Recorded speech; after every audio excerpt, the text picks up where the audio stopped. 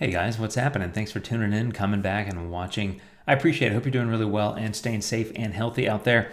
I'm doing fine over here in Austin, Texas, and continuing to experiment with my isolation editing challenges. And one of the things I thought about doing after my very first video in this series, which was an isolation challenge around product photography, I'll put a link there to that video. And I thought, product photography is one thing, and it's frankly very hard, a lot harder than it looks.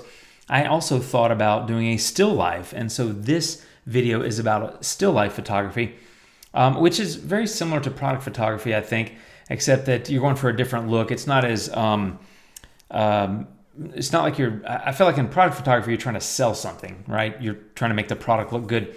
Here for me, it's a little bit more of a vintage look, almost like an old European style painting. Because when I think of still lifes, I think of those kind of paintings, like it's a bowl of fruit and some flowers or something like that, a pitcher of water on a side table with some flour, whatever. A lot of organic sort of materials, fruits, vegetables, flowers, that sort of thing. Or even like a chicken, ready to go to the butcher block kind of thing. You've seen those kind of paintings. But I wanted to make a photograph about it. I don't paint. And if you saw my paintings, you would know why. I didn't want to do a still life like that. I wanted to do something with subject matter that I care more about, which is basically stuff like this. So I've got a number of vintage cameras like this one and this one. And I've even got some vintage video cameras like this. And so I started stacking them up. And I got to be honest, like you see these still life photos and you're like, oh, that's easy. Set that there, take a couple of pictures and you're done. This was actually very challenging. I probably took 30, maybe 40 photos, different arrangements, moving things around with different cameras, different things as a base, and trying to get the look that I wanted. And I finally found the photo that I like. So here it is. This is a couple of my other cameras that I didn't show you, stacked on a couple of old books. I got some old papers from my grandfather laying there as well, just to kind of give it an older feel. And that's what I started with. And then I played around for a while in Luminar and also in Analog Effects Pro, which is by DxO. It's in the Nick collection. It's a product I've had for a long time and love. It's really great at creating vintage looks. I applied some of that there as well to get this final look. But what I'm going to do is walk through the editing of this still life. It's a still life with stuff that I care about, as opposed to fruits and vegetables, which I care about. I eat them. Anyway, you know what I'm saying. I wanted the subject matter to be more appropriate for what I do. So I started with this one after quite a few, 2 or 3 dozen photos and ended up with that end result. So to clarify, a couple things I wanted to point out. Number one, these photos were all shot with my iPhone. I was taking a bunch of practice photos, just kind of framing it before I got out my Sony and set up with the tripod and all that. And then I was like, you know what, I'm just kind of screwing around and having fun and practicing, and I don't really need to set up my Sony with the tripod and all that to do that. I'm just going to go with the iPhone shot. So this is an iPhone shot. Second thing is the black background. I went to my local photography store. Actually, I ordered online for curbside pickup. They had a 12-yard roll of background paper that people use for portrait stuff in studios. It was like $40. And I was like, you know what, I need some backgrounds. It worked perfectly. I just cut a section off, taped it on the wall, set this stuff on a cabinet that I have, and there's my background. Otherwise, it would have been a white wall, which is the same as the walls that you see behind me. So that's how I got the background, and I wanted to point out these are iPhone shots. So there it is, 16:9 crop. I need to straighten that a little bit because that bottom line is a little crooked. I think that looks good. I'm going to say done. And I have to be honest, I did not write down the editing steps. I'm going to kind of wing it here because I just kind of want to wing it. So I'm going to start in light and I'm going to cool it off a tiny bit and maybe give it a little bit of smart contrast, pull down some highlights, and I'm going to give it some structure. I'm going to give that maybe a little bit of boost as well. And I don't know what the result is going to be. As I said, I did not write down what I did. So I'm just kind of playing here. I'm going to go with medium details. And I think what I'm going to do is mask those in. So let me get a bigger brush, something about like that. And I'm going to mask those details into the camera and the books, the 2 cameras, I should say. I've got probably 10 or 12 old vintage cameras like this. I've been collecting them for a number of years. I just think they're cool looking, right? Most of them don't work. A couple of them do, but I've yet to actually try to take any film or video with any of these cameras that I have. I just like having them around because they're cool looking, let's be honest. Someday I'm going to make a proper studio and I'm going to have like a display case and have a bunch of stuff in it. Anyway, I'm getting off topic. There's my base photo. The next thing I did is add a new layer. I'm going to add an adjustment layer. And I'm going to go get one of my looks or presets from one of my previous preset packs. That was a lot of P's. And I think I'm going to get this Urban Grunge. And I'm going to say, okay, that's in my Cityscapes pack. You can get that on my blog if you're interested. I'm not trying to sell that to you. But it has a lot of stuff in it, including, you'll see over here in the deprecated tab, some filters that are tools that are no longer available in Luminar 4. Regardless, that's the look that it gave the photo, so I'm going to tone that down a little bit. Here's the before, and here's the after, just a little kick of grunge, which I liked. And at that point, I was liking it, and this is where I go over to Analog Effects Pro by the Nick Collection. So you go to Edit, you go to Plugins, and if you have Analog Effects Pro, you can find it there. I do want to point out that using a plugin, I'm on a Mac, and I feel like, I'm not sure, but I feel like in previous videos when I've used a plugin that those of you on Windows have indicated that it doesn't work, or not this particular app, but that you don't have the plugin menu.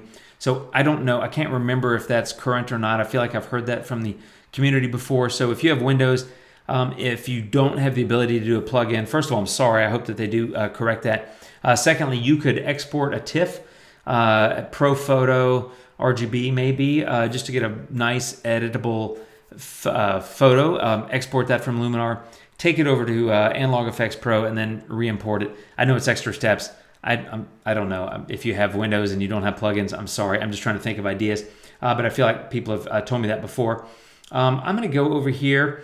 There's this is not a tutorial on Analog Effects Pro. In fact, I've got some videos about it. I love it, but there's different camera settings. There's vintage camera. I might try that. This looks pretty cool here. But there's a bunch of recipes or looks or presets built in. I'm going to go with this one. This is the one that I used. It's Vintage Camera 3 or something like that. You can see all the items, aspects, the tools, the filters that are built into this preset are included here. I'm going to change this to that. It makes a little bit darker background.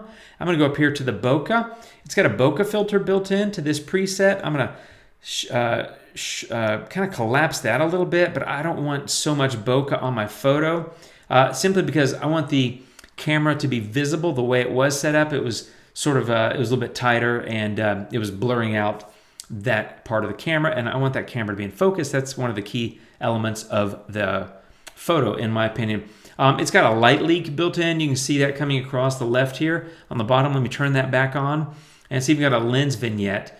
I actually think I'm going to take the lens vignette off and leave it like that. You can choose film type, and I think I went into frames, and instead of in this light box, I went to film strip, and I grabbed this one, which, as the name implies, it looks like a film strip.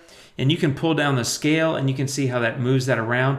I'm going to get that right up by the edge, and I think that's about what I want. So I'm going to say OK, and you give that a minute. It'll save the image, drop it back into Luminar 4, and when it drops it back in, you'll see it drops it in as its own new layer. So it's this Analog Effects Pro 2 layer now. So I can turn that on and off. That's where I was before I went to Analog Effects Pro, and that's where I am now. You can see the impact that has had on the photo. Okay, so I'm pretty happy with that. I'm now going to add a new adjustment layer, and I'm going to go in and just make some minor refinements here. And a lot of this is just going to be experimentation. I think I'm going to go a little bit cooler once again, and maybe pull down the highlights just a tad.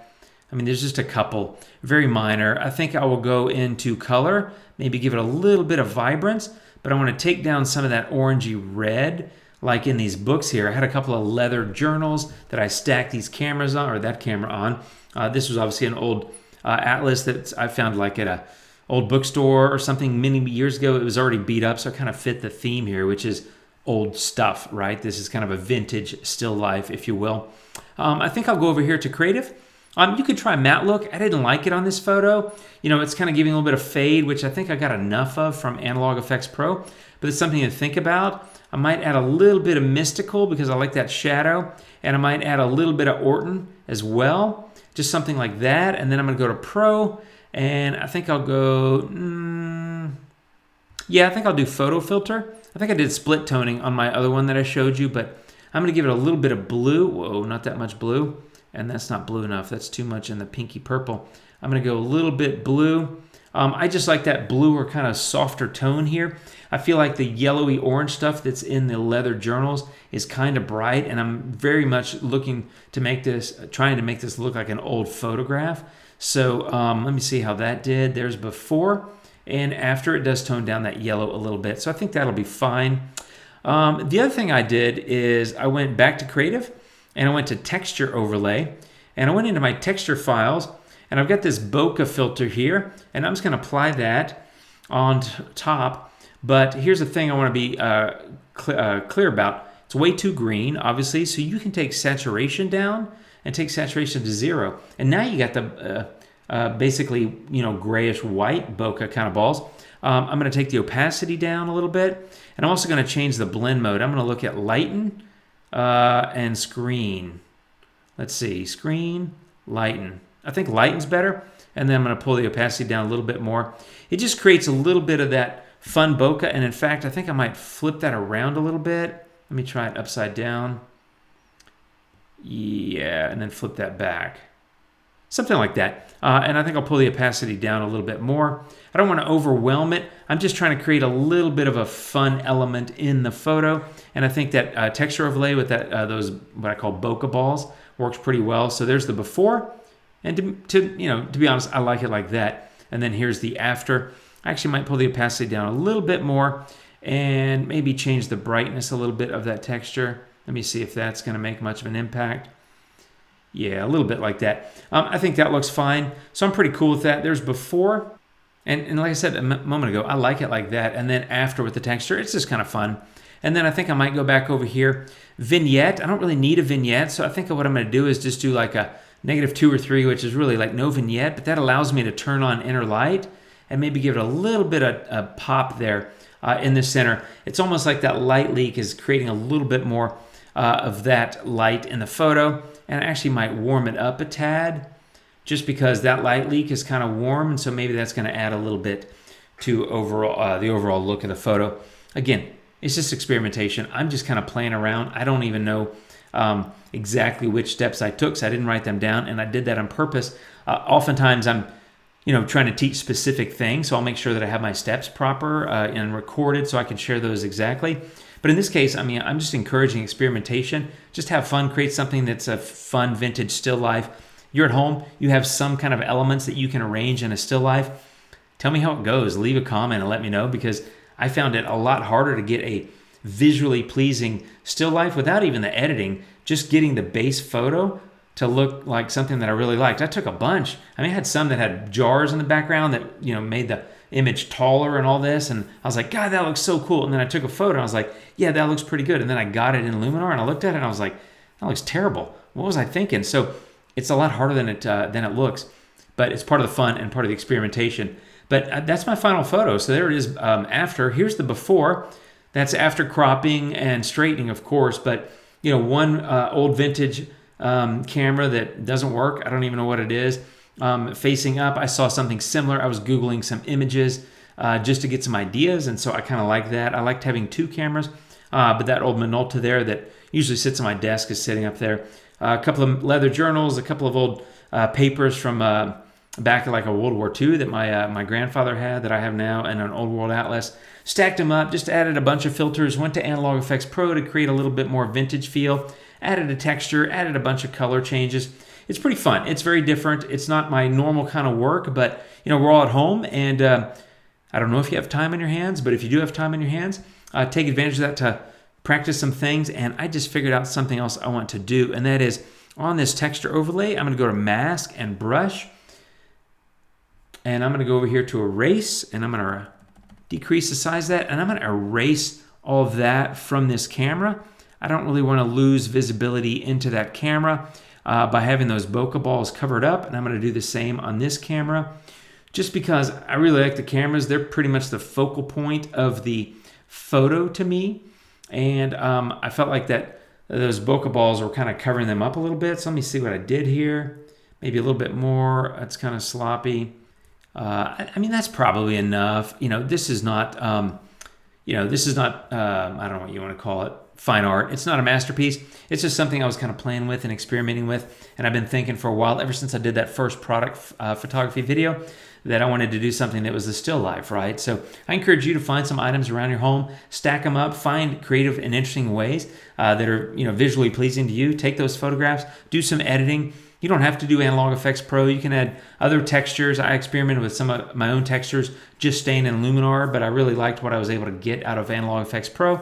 I'm also a big fan of that product and have used it in some previous videos. I use it a lot on signs and things like that where I'm trying to create just certain specific looks. But regardless, it's about experimentation and creativity. Just have fun. Find some objects. Find ways that you can stack them up to make them visually pleasing, and then go edit and have fun. And that was really it for my challenge in today's video.